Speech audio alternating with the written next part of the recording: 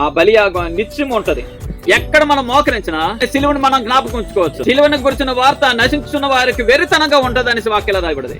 చాలా మంది మూర్ఖులు ఒక మాట అంటారు, సిలువలోన 3 మేకలు తీసుకోలేకపోతున్నాడు, లేకపోతే ఆ సిలువలో చచ్చిపోయాడు, అందరూ చంపేస్తుంటే చచ్చిపోయాడు, అతనేం దేవుడు అని అంటారు.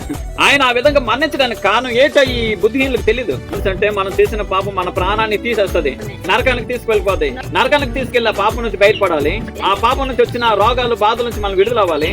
ఆ మనం పడవలసిన శిక్ష, మన శిక్ష అతని మీద వేసుకున్నాడు.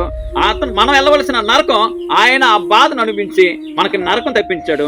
మన పాపాలు బట్టి మనకు జబ్బులు రావాలి, వ్యాధులు రావాలి, అది ఆయన సిలువలను మన్నించి ఆ వ్యాధుల బాధలు ఆయన భరించాడు.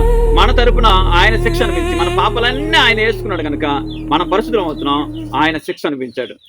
ఆయనే కానీ సిలువ ఎక్కపోతే, ఆయనే కానీ మన్నించకపోతే, ఆయనే కానీ రక్తం కాచకపోతే మన పాపాలు బట్టి మనం మన్నించాలి, మన ప్రాణం పోగొట్టుకోవాలి, మనం రక్తం చిందించాలి.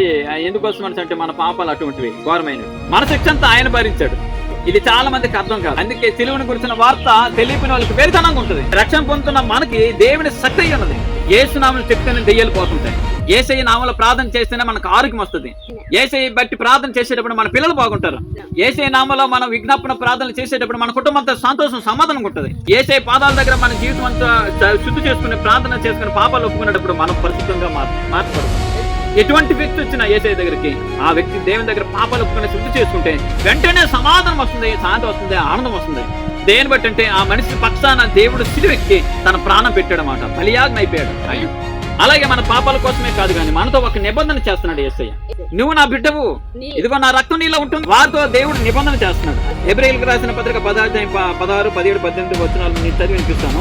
అనగా ఆ దినములైన తర్వాత నేను వారితో చేయబో నిబంధన ఇదే, నా ధర్మ విధులు వారి హృదయం నందుంచి వారి మనసు మీద వాటిని వ్రాయుదును అని చెప్పిన తర్వాత వారి పాపంలో వారి అతిక్రమంలో ఇకను ఎన్నడూ జ్ఞాపకం చేసుకోనని ప్రభువు చెప్పుతున్నాడు.